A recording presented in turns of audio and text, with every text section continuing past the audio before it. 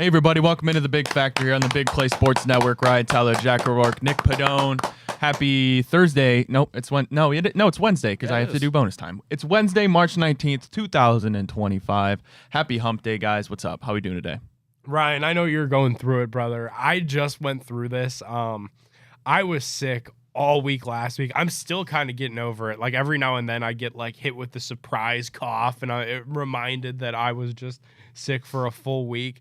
And Ryan, I went through that. Like by day 3 of the cold, the NyQuil was just not working.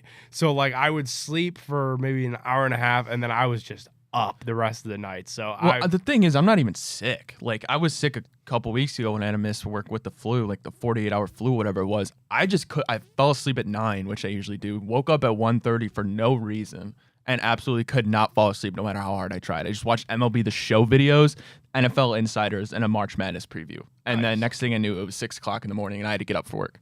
But I'm hanging in there. The boys are buzzing. It's a Wednesday. I guess, can we announce Carlos?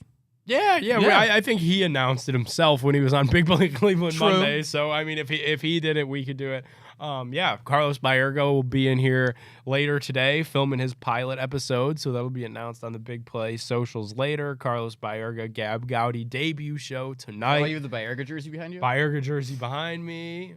Yeah, looks Boys good. are buzzing, and we're gonna do some giveaways.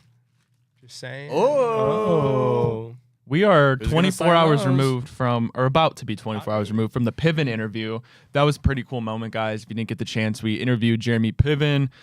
You've seen him on Entourage as Ari Gold, his movie The Performance, played at the Agora on Thursday. If you didn't get a chance to watch his interview, go check out the Big Play app. It's on there. It's on YouTube. Shout out Jack, making the thumbnail and all, putting it up there. Pretty cool stuff.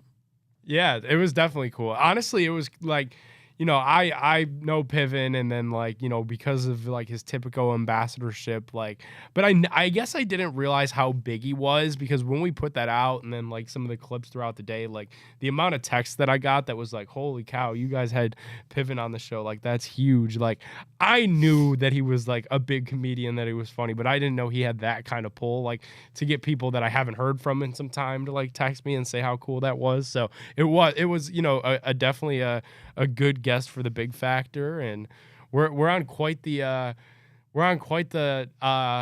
what should I say, Generational run. Yeah, I guess so. So now we're at that point where we have to make sure it's not like Linsanity. It's like a legacy Jordan LeBron run, right?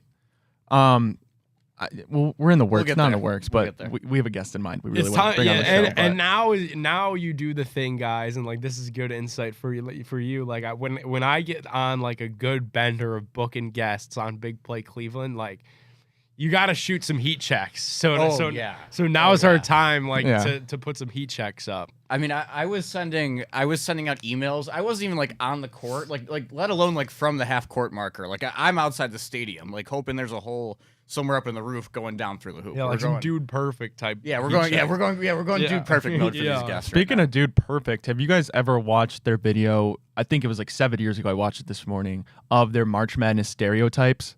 I've like watched 77 million views on YouTube. Definitely it's been a while, but I've definitely watched it. Yeah, it's been a while. It's a classic to go back and watch. Well, we'll get to March Madness tomorrow. John Fantil is going to join us at 10 a.m. He knows literally everything about every single team. You've seen him on Fox, CBS, all that shebang. He'll be joining us tomorrow at 10 a.m. Looking forward to talking to him. But we're starting with football today, guys. News came out this morning, courtesy of Tom Pelissero. The Vikings have rejected multiple trade calls on J.J. McCarthy, saying they're moving forward with him as their quarterback. Aaron Rodgers is not going to be a Minnesota Viking, and I think that's the right decision for Minnesota. Good for Kevin O'Connell. Listen, you drafted J.J. McCarthy. You got to let him start, right? I mean, if you go into year 3 and he's not your starter at that point, I mean, what are you doing? Like, even if you get to the point of Aaron Rodgers in an NFC Championship, I mean, what are you going to say? Next year, we'll just start Rodgers again. He'll be 42 years old. And then what? J.J. McCarthy will be in his fourth year of his contract. I think it's a good move by the Vikings. Hopefully this Rodgers domino will fall. He'll either go to New York or Pittsburgh, it seems like. And then we'll get news on Russell Wilson, and honestly, then NFL free agency will be wrapping up. I have two thoughts on this. First one would be pretty cool. I've seen this a couple places now. This is by no means a secret anymore. But if Aaron Rodgers went from Green Bay to the Jets to the Vikings exactly like Brett Favre, that would be one of the funniest things ever, especially because that means Jordan Love will probably be doing the same thing in a couple of years. But in that report, it said multiple teams have called in on J.J. McCarthy. And again, I don't want to put on like a tinfoil hat here or anything, guys. Is there a world where the Cleveland Browns were one of the teams who called on J.J. McCarthy? Yes, I feel absolutely. like he fits Kevin's style. We don't have a quarterback clearly. I don't know about you guys, but a lot of the mock drafts I've seen have had Shedeur Sanders falling more and more by the day, to the point where some people don't even have him in the top 20 overall players entering the NFL draft. Is it crazy to think J.J. McCarthy to Cleveland was a thought for AB? I would hope it was. He wouldn't be doing his job if it wasn't, to be honest with you. That'd be the perfect storm if you could get J.J. McCarthy. I can't imagine what you would have to pay. You probably have to pay your first rounder to go get him, honestly. But then again, it's might have like, been in that trade. yeah, possibly. I don't think the Browns were ever planning on moving him. But yeah, I mean, you'd probably have to give up what, your second pick? Yeah. Oh, for sure. McCarthy, He was yeah. top 5 last year, right? So Yeah. you're probably So looking what, at it's like, first, right? So Or I guess maybe- it weighs. Do you want McCarthy or Shedeur? McCarthy I'd take McCarthy would be the number one pick in this draft. So yeah, the Browns were probably definitely one of those teams. They're leaving no stone unturned. I think the asking price of Joe Milton at a 3rd round pick might be a little bit rich for the Browns' blood, but I'd imagine that's going to be avenue that they continue to look down. They're going to continue to look down Kirk Cousins, Carson Wentz, like. They're going to continue to just look at everything, because I don't think right now they even know 100% certainty what their quarterback situation is going to look like. You know, now later as we get through the end of March, early April, we'll do the pro day circuits. So like Shedeur will throw at his pro day, and then Jack, I bet you'll see that stock start to increase a little bit again, because all of the teams will be down there in Colorado. They'll all get a chance to talk to Shedeur himself, all of those receivers that he worked with that are going to be NFL draft picks, Deion Sanders, the entire coaching staff, and somebody's going to do it. Like, I've seen some of these mock drafts where, like, you know, I think like PFF right now, if you do like a PFF mock draft simulator, you could get Shedeur Sanders with the 33rd pick if you're the Browns, you know, the first pick of the second round. That's just not happening. I mean, I don't think, you know, I know the Raiders just traded for Geno Smith. They haven't extended him yet, and I find that convenient. I think if Shedeur is sitting there, he's not getting out of the top 10. That's just not how the NFL works. That these teams get so desperate for quarterbacks and they just go for it. I mean, that's exactly what the Atlanta Falcons did last year, drafting Penix. So, I mean, it's a possibility. God, I hope the Browns don't pass on Shedeur, or if Shedeur goes 1. I mean, I know it doesn't seem like it's a possibility, but I mean, you never know what the Titans are going to do. Hey, we do have a little bit of breaking news from Jerry Dulac, who's the longtime Pittsburgh Steelers beat reporter for the Pittsburgh Post-Gazette. The Steelers have not been told that they're out of the running for Aaron Rodgers. They're continuing to wait, and there's no specific time for a decision. That comes off the heels of this morning. Rap Sheet said that the Steelers have been in constant communication with Rodgers, so it seems like there's at least a dialogue, and they're still in it. How does that work? So when it comes through and you get this report from Aaron Rodgers' camp to whoever, or that it transpires that they're not out of the running yet, like, do you think he's just like sitting in a cave sipping his ayahuasca and he like rings a bell and one of his assistants comes down and is like, tell Pittsburgh they're still in the running, and he just runs back up and tells them? Like, how does that? Who reports back to the team what's going on? Who knows? Yeah, who Honestly, knows? who knows? It's probably unique. It's probably extra unique because it's Aaron Rodgers. Exactly. But I got to imagine that it's probably an agent, you know, working with you know, the GM of Pittsburgh, and just saying, hey, Aaron hasn't made up his mind yet. You guys are still in it. Like, he hasn't. He's weighing all of his options. You guys are still in it, and that's how Jerry Dulac gets that. So they're still in it. Well, it's down to the Giants and Steelers. I don't see any other team that could possibly land Aaron Rodgers. And if I'm Aaron Rodgers, I don't see why you'd pick the Giants outside of wanting to stay in New York. Right. Like, Malik Neighbors is attractive. Don't get me wrong. He's better than DK Metcalf. He's better than George Pickens. I don't think that's a stretch to say that at all, even if he only is going into his second year. But, like, Cam Hayward, I don't know if you guys saw this on his podcast, Not Just Football, basically said about Rodgers, I ain't doing that darkness retreat. I don't need any of that crap. Either you want to be a Pittsburgh Steeler or you don't. It's that simple. That's the pitch. If you want me to recruit, that's recruiting pitch. If you want to be a part of it, so be it. If you don't, no skin off my back. For the Steelers, I mean, I understand you need a quarterback. You have, Mason Rudolph? I mean, you don't want to start him, but like worst case scenario, it's not horrible. You've seen what they've done with the scrap heap of quarterbacks ever since Big Ben retired. And I don't know. I don't want a guy who has all this drama and doesn't even necessarily want to be a Pittsburgh Steeler. It's kind of like now he's fallen back on plan B. This is just the best of my choices. But I understand Pittsburgh still wanting Aaron Rodgers because I don't think Aaron Rodgers is that good anymore. You can show me whatever metric you want. I have eyeballs, but he is obviously better than Mason Rudolph. You know, I'm going to take a stand. This might be the one that actually finally blows up the Death Star if it happens. That is the Pittsburgh Steelers, like a team who goes to the playoffs every single year, always finishes 500. I mean, because you brought that up, and that echoed a lot of Mike Tomlin through Hayward's voice there. I mean, how many times have we heard in our lives Mike Tomlin say, "I want volunteers, not fugitives"? Probably somewhere between hostages, hostages, fugitives. Oh, they're all the same thing. Andrew Barry wants the fugitives. Oh, does he? And convicts. Yeah. And convicts. That's a good one. I can't even finish my point. That got me laughing too hard. Yeah, well, but you know what I mean. Mike Tomlin wants guys who want to be in the black and gold. He doesn't want the outside drama. We all kind of saw Mike Tomlin didn't crash out when they lost in the playoffs last year, but he had a very serious, like, we really do need to change something. We can't keep doing this over and over again every single year. I could see things totally going to shit with Aaron Rodgers. And maybe I'm like then the dissenting opinion because I think Rodgers in Pittsburgh would work. I think it's nuts enough that it would work. I think it's just P.T. Barnum, dude. Tomlin's a good coach, though. Like, that's the one thing that gets lost in all of this is that they're an organization that has a culture.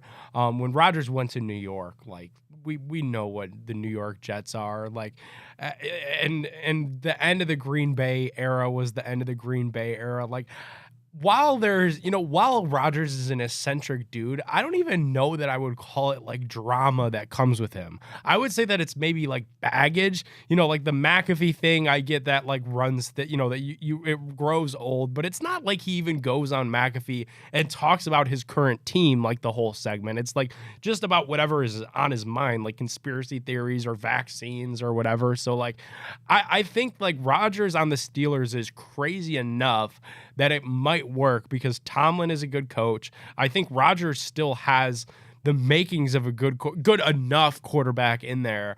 And then Metcalf and Pickens are better than whatever the Jets tried to have for him and the assembly of old Packer teammates. So I think it's crazy enough that it would work. Well, if I was a betting man, and unfortunately I am, I would say Aaron Rodgers goes to Pittsburgh, Russell Wilson goes to New York. So then that leaves what for the Browns? You're not getting Kirk Cousins. You're not trading for him.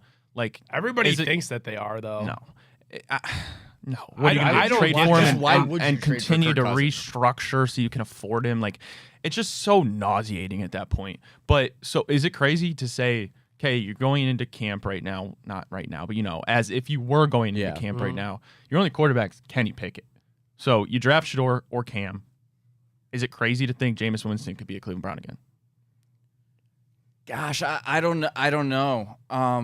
Quite the question for you this morning. I don't think so. We just haven't heard anything about it either, though. I think Jameis would welcome it.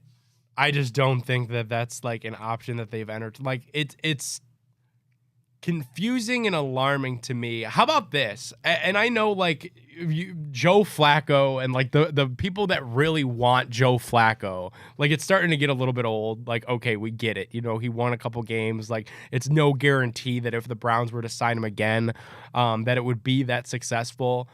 But I think Joe Flacco makes more sense than some of the names that I've heard. I think Joe Flacco makes more sense than Carson Wentz. I'm sorry, I do. I've seen Joe Flacco be a good quarterback more recent than I've seen Carson Wentz be a good quarterback by a half decade. Like I think sometimes like the Browns do this where they try to outsmart themselves a little bit. Like and I think like Carson Wentz would be outsmarting themselves. I think like trading a meaningful draft pick, like nobody's even mentioned what would it take to even get Kirk Cousins, and then you got to get them to eat that contract, or if not, you're restructuring that. Like, what's that even look like? Like, I think the logical scenario would be Joe Flacco, Kenny Pickett, and whatever you do with the number 2 overall pick. And Joe Flacco is probably the most economical option out of the bunch. I've had enough restructuring for this season already. I can't handle it. Like how many quarterbacks can you have without 2 functioning Achilles that are making money and being deferred? Yeah, shout out Forrest Up. Motivational video. He's back in the lab. People thought you were serious. Did he fly back to Cleveland to film that video? I mean, I wouldn't put it past him. I think he's been in Cleveland the whole offseason. Is the rumor? He's been hiding. Yeah, maybe. I mean, I don't know. I mean, if you think about it, no one goes out in Cleveland. I mean, he could be hanging out by the free stamp every single day in January. No one would see him. He didn't propose in Cleveland. He hasn't Do we been know here where the he whole proposed? offseason. Do we know where he proposed? It wasn't Cleveland. All right. Yeah, we got beaches. Yeah, could have been on Edgewater. What Yeah. a romantic place. With a dead fish. All right, guys. Popping up right next. Free agency's getting the pool's getting thinner. Let me know if any of these remaining free agents shiver your timbers. Cam Robinson, Tevin Jenkins, Amari Cooper. I know that guy. Oh, Calais Coop. Campbell, Stephon Diggs, Justin Simmons, J.K. Dobbins, Keenan Allen. Hey, Jed Wills. No thanks. Only one really for me, guys. J.K. Dobbins. We get him on like a 2-year, $8 million deal, something like that. I don't know if it could work with bringing Nick Chubb back. We don't even know if Nick Chubb will be back. Hopefully, we'll find that out soonish. Other It than feels that, like though, right now. I mean, free agency is just frozen. Like nothing is happening. We need something to happen. Like I think we're starved. Something happening today. Like literally any of those names off the list. I'm like, I just need a little jolt, today, especially because March Madness doesn't start till, we're over 24 hours away from March Madness. Like I need something. I need anything. Like if get Nick Chubb back in the Browns today, and that'll at least get me to March Madness tomorrow. Gonna ask this out of full transparency because I haven't been keeping up super close tabs with this guy the last couple of years. Calais Campbell is no longer Saxonville level Calais Campbell or Baltimore Calais Campbell, correct? Like there's been a quick, clear fall off. Yeah. Yeah. Okay. Yeah, no, definitely. I mean, he would have been assigned to a team if he was already. Yeah. All right, we got to take a break. When we get back, Dodgers are 2-0. Yay, Tokyo Series. Thank God that thing's over. MLB right around the corner. We'll talk about that when we get back here on The Big Factor.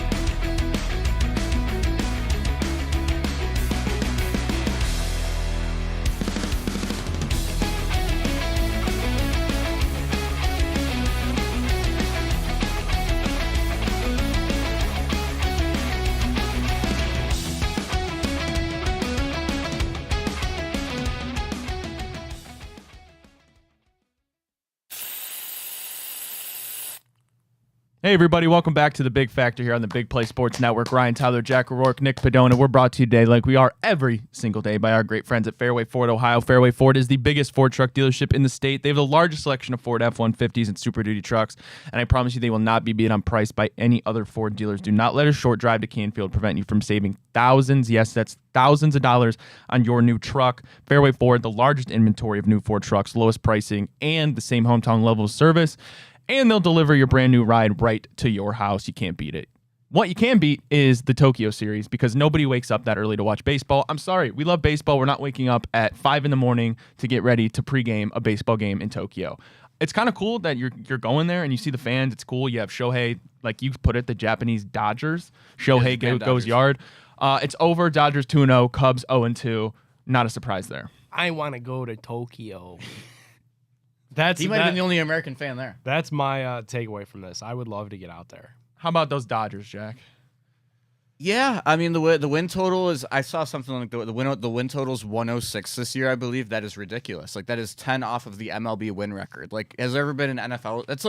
That's not far off having an NFL team's win total be like 15.5 entering the season in a 17-game season. It's ridiculous. Dude, their rotation is the fucking Avengers. Tyler Glass now is their 5 starter, and he would be the 1 starter on You don't even- probably 20. Imagine when teams in Shohei baseball. gets ready to throw. Yeah, no, Yeah. yeah. And I they're mean, they saying don't even that's need to like, pitch what, him. They can June? still be the best team in baseball. Absolutely ridiculous. It's Snell, Yamamoto, Roki Sasaki, Tyler Glasnow. Who's their 5th? It's just I mean, they got Bobby Miller also, who's going to contribute throughout the year, and even adding in like they're like losing guys too. It's not like they're keeping everyone. Like they had Scherzer there for a couple of years. He's gone, and he's up in Canada at 48 years old now, or something cool like that. They lost what's his name too. It'll come to me eventually. I'll loop back around. They and tell brought you back who they lost. Teoscar, which was a good signing for them, I thought. dude, Sasaki was hitting 100. Yeah, I saw it. Like- He's nuts. You know the crazy thing about Sasaki too is he's the one who, of all these high-level Japanese prospects that have come in over the last like 4 or 5 years, is becoming more and more prevalent. He was honestly the one who the reason, like, everyone was like, oh, he's in contention for the Guardians for this and that reason. He wants to be in a small market. No, the reason was that he is not as much of a sure thing as some of these other guys who have come in, even dating back like 8 or 9 years, like when Masahiro Tanaka came into the league and the Yankees got him. Like, that was like a, oh, for sure thing. This guy's going to be a stud. He competed for a couple of Cy Youngs. Roki Sasaki never caught that label. And to see him come out, had a good spring training pitch as well for them, I mean, that's a little bit scary too. Yeah, it's absurd. All right, flipping it over to our Cleveland Guardians, some position battles here. Looking at that second base spot, hey, Schneeman's had the best spring training if you look at the numbers. 290, 984 OPS, 2 homers, 4 RBIs. Worst one goes to Angie. 139, 1 home run, 2 RBIs, 490 OPS. Who's your opening day second baseman, Jack? I mean, this was decided in November. It's going to be Gabriel Arias because he's out of options. He's going to have to take that starting spot. It's kind of weird. I've talked about it on the show a couple times now, but he usually has like a crazy hot spring and then cools off right as the games start counting. It's not happening that way this year, so maybe that'll help him out in the long run. But the weirdest thing about second base is if you had a gun to my head right now, I think you're going to platoon Arias and Schneemann to start the year. And a kind of funny thing about that is that they're both reverse splits guys, which for fans who like might not know what that means is like Schneemann is a left-handed hitter. We're probably going to start him against left-handed pitching. Gabriel Arias is a right-handed hitter. We're probably going to start him against right-handed pitching, which is kind of funny. All right, looking at, you gave out some dooms and booms, Jack. I kind of like this for spring training. Manzo gets a boom. Quine gets a boom. Jose's a notable good. Dooms, Seawald, Clase, booms. Yeah, no, it's all the relief pitching. There's a lot of booms and dooms coming down. Notable bads. You put notable bads. I like this. Slam Tana hitting 118, 4 for 34. Yeah, that's not going to cut it, Los. No, it's not, but that's the one where I'm not really too worried about it because he always starts. Yeah, he always starts slow. He starts slow into April as well, so that's not a concern. But back up to that second base for a second. I want to get your guys' thoughts. How far away or what do you make of Juan Brito's spring so far? 4 home runs leading the team. Really good. Batting below 200, has 1 hit that's not a home run. Not very good. Yeah, I mean, that's a Josh Naylor special. You hit bombs, but you suck. You have no discipline. So, I mean, you pick your poison. I would like to see them figure out, though, Juan Brito. Like, they've got in my mind, like loosely in my mind, I have a timeline between, like, June and end of August where I would like to know what he is. Totally. Because, like, if Travis Bazzana's raking and if there's still no answer and if you're in, like, a playoff, race hunt, like this looks to be a season where you could do something, anything, I would like to go with what works and just go with either Brito, Bazzana, Arias. Like, I would like to have all the options on the table. And if I don't see Brito at the big league level until September, I'm not going to get to know all of those options and which is best. I don't know if that's like the wrong way of thinking about it, but that's how my brain has sorted it. No, I totally agree because also you got to think you're coming up on the trade deadline in the late July and you're not going to have a great idea of what Bazzana is yet. So Brito's going to be the one who it's like, if he's ready to go, okay, yeah, we're going to hold on to him. Maybe we can move around, adjust.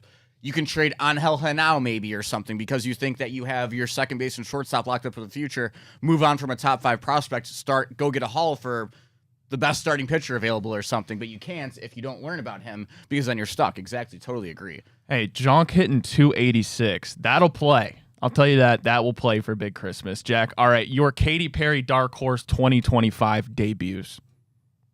Oh, is that who we're ripping to? Oh, I had a bunch of stuff before that. That's cool, though. We can get into that. No, please, take the floor. No. That's all good. There's 3 guys who no one's talking about, not on the 40-man roster, who have come away with an awesome spring so far. Will Wilson, who can play basically second, short, third. Not the tallest dude, a little bit older. Probably, he's kind of like a Daniel Schneemann would be the best way to put it, except he's from the right side of the plate. So that could maybe be a move if for some reason Brito or someone of that ilk goes down the middle of the infield. Micah Prize is the weird one because he's been the odd man out of that first base, left field, right field race for about 4 different years now. He's kind of always been stuck at AAA.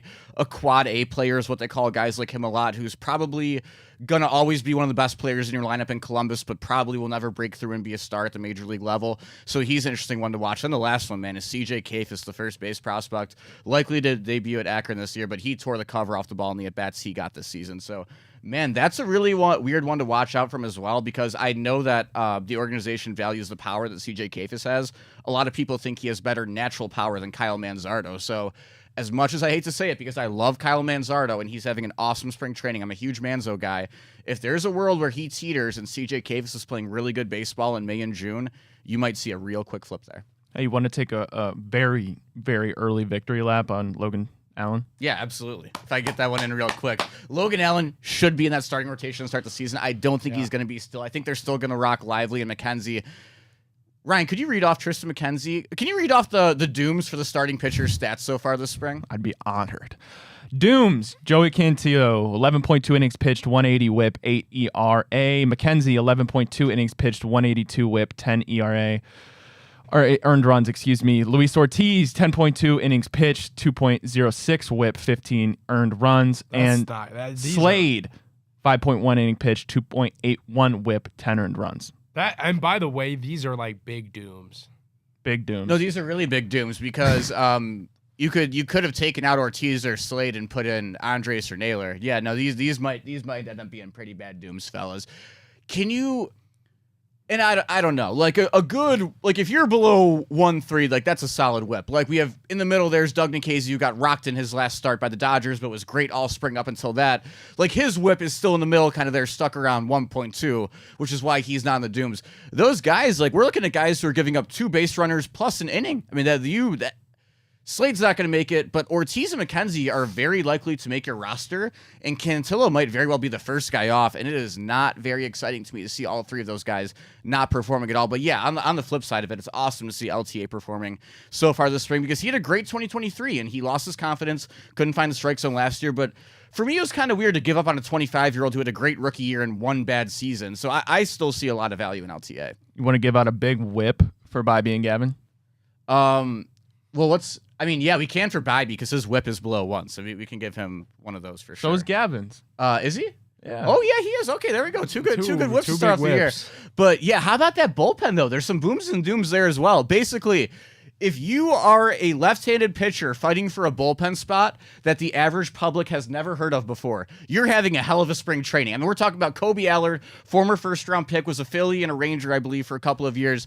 For him to fight his way, he's had an incredible spring, and now he's kind of the leader in the clubhouse, both theoretically and literally, for that last bullpen spot. So awesome for Kobe Allard, as well Andrew Misiazik, who I had a lot of hope for coming into last season.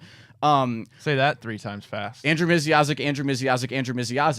For him, was out all of last season. I was really hoping that he was going to compete for a spot in the pen last year before he got hurt. So him coming back, that's a name to watch now if he starts out strong in Columbus. And Tim Herron, also a strong spring. But, man, Paul Sewald for $7 million a year, he better not be having an 8 ERA when the season starts. Hey, that's all chill. I'm gonna That's tell Bruce you. Drennan's guy, bro. Paul Sewald. He loved that acquisition. Not my guy.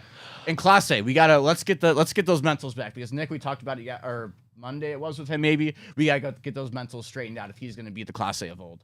Gotta. Yeah, that would be nice to have that, wouldn't it? All right, we got to take another break. We previewed the AL Central a while ago. We previewed the AL West. Time for the American League East. This one's actually interesting. No offense to the AL West, but this one actually will be probably a close race. Start to finish, we'll break that down when we get back here on The Big Factor.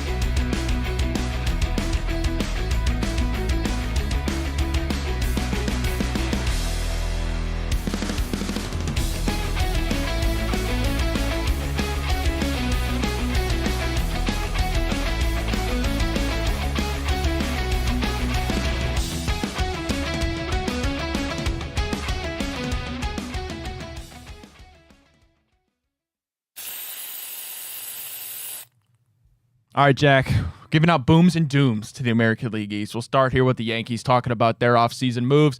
You lost Garrett Cole. That sucks. That hurts big time. Luckily, you got Max Fried. Not as good as Garrett Cole, but he should hold it down a little bit. Maybe Carlos Carrasco getting the 5th spot. Summer of 69, potentially. baby. Cookie Man, the ageless wonder.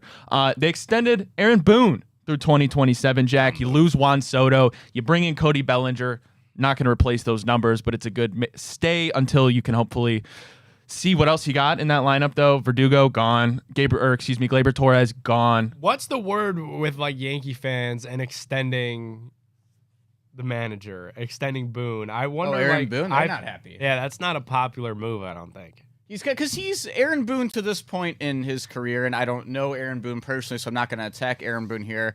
Personally, I think he comes off as a bit of a jackass at times, but he's kind of like Doc Rivers. He just gets very, very close. And a little bit of an underachiever. I mean, underachiever. He's the best roster in baseball every damn year. So you kind of can't be both, at least be a good dude or, underachiever. Like, tough to do both. When was the Yankees' last World Series? Like 2009. 2009?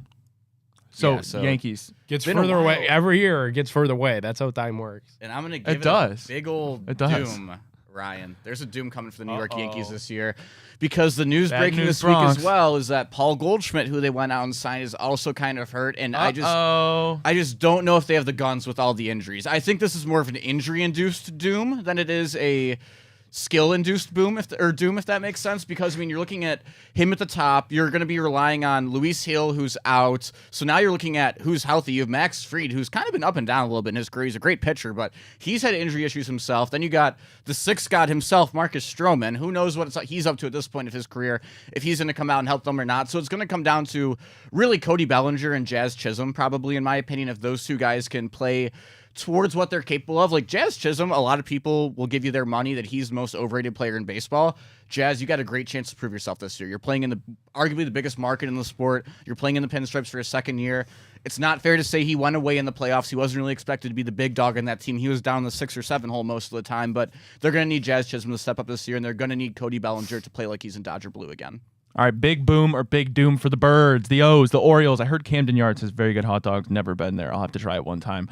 Off-season moves. They signed Tyler O'Neill, Dylan Carlson, catcher Gary Sanchez, right-hand starters Charlie Morton. Oh, God, I'm going to try this. Tomiuki Sugano. I think I did it right. And rightly reliever Andrew Kittredge. You got Gunnar Henderson. You got Adley Rutschman. Big boom, big doom for the Baltimore Orioles. Well, let me ask a question first before we boom and doom. You don't want to hand out bad booms and dooms. Is this a boom or doom on the offseason or a boom or doom on what I think of this team entering the season? A projected boom or doom. Oh, projected boom for the Baltimore Orioles, that's for sure. I love this team. The one little flaw with them right now is that I love their starting pitching prospect, Grayson Rodriguez, and I believe it just came out that he's going to be out for a couple of weeks early on. But it's going to come down to, can the Dogs do it? A very similar story to the Yankees as Adley Rutschman had a bit of a down year last year. Obviously, it didn't matter because Gunnar Henderson went out and had an MVP caliber season, but that was an Orioles team who was the class of baseball, the talk of the town for most of the summer. They really cooled off as the season went on. They have a lot of young guys, kind of that first big, people forget 162 is a marathon. It's not a sprint. Like the first time they really get to go and do it the whole entire year, couldn't pull through with it. They made the playoffs, had that embarrassing out to the Royals, which I believe was actually at home too, which makes it double as embarrassing. But yeah, you're going to need him to step up. But there's a lot of learning with this team too. Like you have these young guys, like is Jackson Holliday going to step up and perform to the point where he can take over and be a mainstay in the lineup as the first overall pick? Jordan Westberg, the third base, he's not playing third base because Gunner's there, but is a third baseman by trade, came out, had a great year last year. Can he replicate that, or does he have a sophomore slump type of season? So for the Orioles, it's not as much of a concern as the floor. I think this team, like at worst, wins 80-something games, but they're a playoff team. But yeah, it's going to come out of that rotation as well because they lost Corbin Burns, which is a huge blow. All right, Red Sox went 81-81, finished third in the East last season. Signed Walker Buehler. You traded for Garrett Crochet. You signed Alex Bregman, who I assume is going to start at third base. Rafael Devers doesn't like that, but that's going to happen. Jack, big boom, big doom for Boston Strong. Pretend this is Red Sox Kool-Aid. You're drinking it. You're drinking it. Hey, hell of an offseason, though. They did have one of the best offseasons. You were chugging the Boston Gatorade. Kool-Aid. Wow. Garrett Crochet, man, he's going to work out there. I'll tell you that for free. That's a great rotation. You have him. You have... What will you tell me if I pay you? What? What will you tell me if I pay you? Oh, yeah, we'll get to that. I mean, that's where we get the advanced analytics. That's when we bring out all the fun, the sabermetric stats, as they like to call them. But between him, you got Cutter Crawford, Brian Bayo. It's going to be a really good rotation. Again, they were one of the best rotations in baseball last year, and they added one of the best pitchers in baseball. So believe it or not, that's probably going to work out for them. Again, it kind of follows that Chris Sale career arc that Garrett Crochet's been on. But it's a fun lineup as well. Like, you add in Alex Bregman, who's been a good baseball player the last couple of years. Obviously, is not like MVP level a couple of years ago, Alex Bregman, but that's a team that's going to be really, really fun to watch this year. And in terms of teams that are actually like trending up before the season, I put them first in the AL East. All right, big dooms. We'll run through this one quick for the basement of the AL East. Mother Nature gave Tropicana Field a big doom, Jack. What are you giving the Rays? Giving the Rays a boom, actually. Okay. I think this is a team who bounces back. They cut 18 wins off of their win total last season, which is a lot. And the Rays are a team who are like the Guardians, who, no matter how good or bad that roster truly is, they're well coached, they play good defense, they run the bases hard, they're going to find a way, and they actually the thing is, in baseball, like, you didn't get this with like the early 2020s White Sox. The Rays will come out and they will compete and they try to win every single day. They don't like pack it in because they're down 6-0 in the second inning. So I don't think they're going to have that kind of a year again where there's everything falls off the face of the earth. It is tough because they aren't as talented as most of the teams in this division, but Kevin Cash is a great manager. Shane McClanahan's going to bounce back. Like, they've got a very good young and fun team, and Junior Caminero, who came from the Guardians, is one of the best prospects in baseball.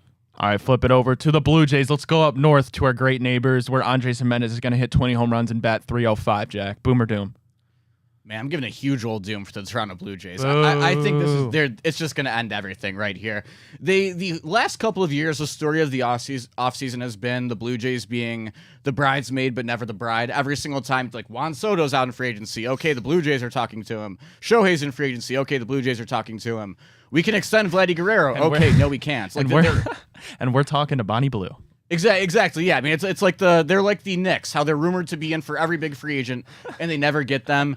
The players who are stars on this team, like Gausman's older, Chris Bassett, another good starting pitcher, is older. They're on the wrong side of 30 for most of that roster, and I don't think Andres moves the needle further for them. Source: Ryan Tyler is pursuing Sabrina Carpenter in free agency. Yeah, not going to happen. Big if true. Big if true. That is monumental. That is every single Toronto Blue Jays offseason since that we've is been alive. monumental if true, guys. If true, yeah. All right, we got to take a break. When we get back, a little fun segment here. Where the hell is that school? March Madness teams? I probably won't know. I'm not a big geography guy. I don't know if you are, Nick. You'll probably beat me, although I'm really bad. I'm so we'll see what happens there. Yeah. Jack's got a list. We're going to run through that when we wrap up here on The Big Factor. Dude.